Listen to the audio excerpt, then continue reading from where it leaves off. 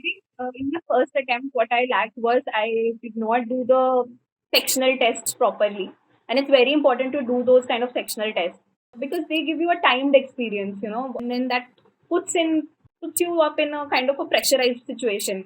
Nobody can motivate you unless you motivate yourself. Nobody can. You'll just end up watching thousands of motivation videos on YouTube.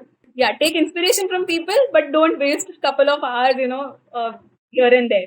Be consistent with your preparation, never miss any mocks, give sectionals dedicatedly, and take the feedback in a positive way.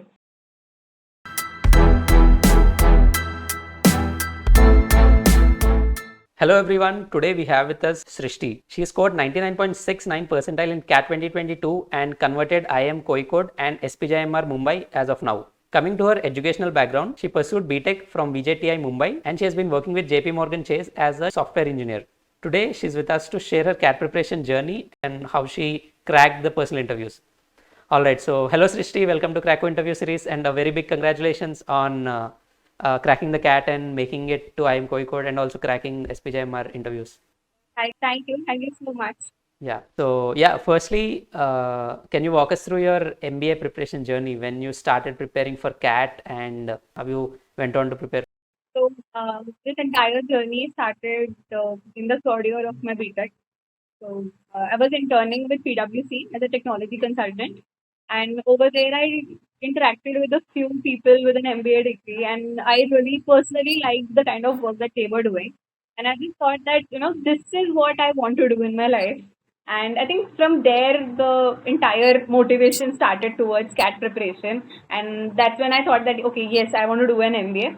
And that's why I attempted CAT 2021 as well, but I couldn't get in anywhere at that point of time. So I took up the job at JPMorgan, and over there I was in the back office. So what our work was, we used to interact with the people in the middle office or front office.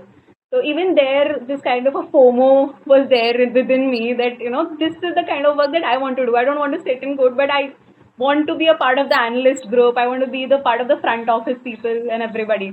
So that's when I kind of had a inclination towards doing an MBA, and Right. that really ignited it more. Yes. So in my first attempt of CAT 2021, I really performed poorly in DILR, and in this attempt in CAT 2022, I got a 99.97 in DILR. So Wow. Right. So LRDI is one section that troubles many CAT aspirants. So what mistakes did you do in your first attempt and what have you learned from that, and ultimately what led to that improvement to 99.97 percentile? So I think in the first attempt, what I lacked was I did not do the sectional tests properly, and it's very important to do those kind of sectional tests. Secondly, because they give you a timed experience, if you just open up a book and then do one particular DILR set, you will take 10 minutes, 20 minutes. You don't realize that kind of a time flow. But when you have a sectional test within front of you, you know that you're being timed, and then that puts you up in a kind of a pressurized situation. So I think that is one thing. The other thing is, I think in Krako's sectional test we have in Krako's platform, you have sectional tests which are marked, that these are easy, moderate, and difficult. That is very, very important because when you personally sit and do questions from a book or something, in my first attempt, I was, more inclined to do more of the easier questions. And then I used to think, okay, I have studied for 3 hours now. Let's keep this aside. Not realizing that I have not moved forward in that preparation. You're just attempting a similar kind of questions again and again. That doesn't really help. You need to move forward. You need to step up. So I think Krakow really helped me over there because of the tests which have been marked specifically that these are moderate, these are difficult. So that is one. And third, I think the kind of approach I've had towards the DILR section. So in Krakow's tests and everything, there were then video solutions by Sally ma'am and Maruti sir and everybody. So I think those really helped me a lot because they had a certain kind of approach to tackle a question. So I could inherit that kind of an approach by watching those kind of video solutions. So yeah, that's one thing. And another thing that I would like to say is don't leave any DILR set as it is. If you're attempting a DILR set, let's say, and you're not able to attempt it at that point of time, and you circle it out as a doubt you have, don't just leave it. Come to it again. That's the thing. Yeah. Right. So clarifying your doubts immediately and Yeah. taking the tests consistently. So Yes. that's what helped you majorly. Wonderful. So, also, this was about the DILR section, and when I talk about the VARC section, so even that really improved in my second attempt than compared to my first attempt of CAT. So, I think the only reason was kind of a consistent practice of reading comprehensions and VA questions. So, being an engineer, it was always fun for me to do maths and everything. DILR was kind of fun. Maths was really fun. So I used to miss out on VARC questions, but the daily targets on the Krakow platform helped me to be consistent in terms of VARC prep, Correct. because there were RCs that you need to do, and then the team also mails you, that these are the daily targets you need to complete. So that's Right. kind of a daily reminder you get from Krakow. That was wonderful. Yeah. Amazing. Now, Right. coming to the mock preparation. So mocks. So how many dash cats did you take, and what was your mock analyzing strategy? And how did you ultimately come up with the strategy that you implemented in the exam? So there was this window, right, to attempt the dash cats always. So I used to attempt it on the last day only, because so that I can get the solutions on the next day. So I hardly have missed any mock, to be very honest, because for me it was like I need to give this, because it was a promise to myself that I had made. I'm not going to miss any kind of mock. Uh, Even if I had to miss any kind of a meeting that I had in office, I missed that, but I did not miss any mocks at all, because yeah. So I think you need to have that kind of a dedication towards this exam, because CAT is no joke, and I've been saying this to a lot of juniors as well. You need to promise things to yourself. You need to be dedicated and consistent as well. So never miss a mock, guys. Never ever miss a mock. Just give them. Even if you're not prepared, give it. Just give it. And that's the thing. And always try. Do not think about the percentile you're getting in your mocks. Just don't do that ever. Just think about how to maximize your score. If you're getting 60, 70, just think about how to reach 80 for that time. You'll reach 80 in the next mock. Then think about the next target. Don't go behind the percentile. Always think about the marks. This is what helped me a lot to improve my marks. Think about marks only. Yeah. Excellent. So you said you're working with JPMorgan Chase, and I'm sure it must be a pretty hectic job. So how did you manage time for CAT preparation, and ultimately how were you able to achieve such good percentile with such a very hectic job? So, if I have to talk about my preparation, so I started my preparations while I was still in the final semester of my college. I had not joined my job at that point of time. So I started in February, around February, March. And till that time, my preparation was smooth till July, when I joined JP Morgan as a software engineer after my college ended. Uh, After that, I was definitely having a lot of trouble to keep up the pace. But Right. yes, the job is hectic, and what I feel is there are many working professionals who are scoring 99 plus. So thinking about that, that really motivated me that, okay, if these people can do, then even I can do it. There's nothing you can not do. Yeah. And as I said, you need to promise things to yourself, that I need to take out 3 to 4 hours or 4 to 5 hours on a daily basis, even after completing my job. So I would just suggest that if you're currently working somewhere, just make sure that you are able to wrap up your work within the working hours only. Don't take it above that. Okay, just keep it in mind that no, these are my working hours, and these are the hours that I have to dedicate to CAT. And if you're not able to do it with there can be reasons. There were reasons with me as well, when I was not able to dedicate those number of hours in a day to Right. my CAT preparation. So I covered it up during weekends. And guys, once again, I mean, CAT is no joke. Definitely, you need to sacrifice as well. You'll see your Right. friends having fun on the weekends and everything, but you'll be sitting down, preparing, giving mocks, giving sectionals. So don't worry, you're not gonna regret that. Once you get into the IIM of your choice, it Right. will all make sense. Exactly. It will be all worth it. Yeah. Brilliant. It's quite inspiring how you constantly motivated yourself Yeah. to take mocks regularly, and ultimately you achieved your target percentile. Now, moving on to the personal interview process. So, what all calls did you receive, and how did you prepare for each stage of the IIM interviews?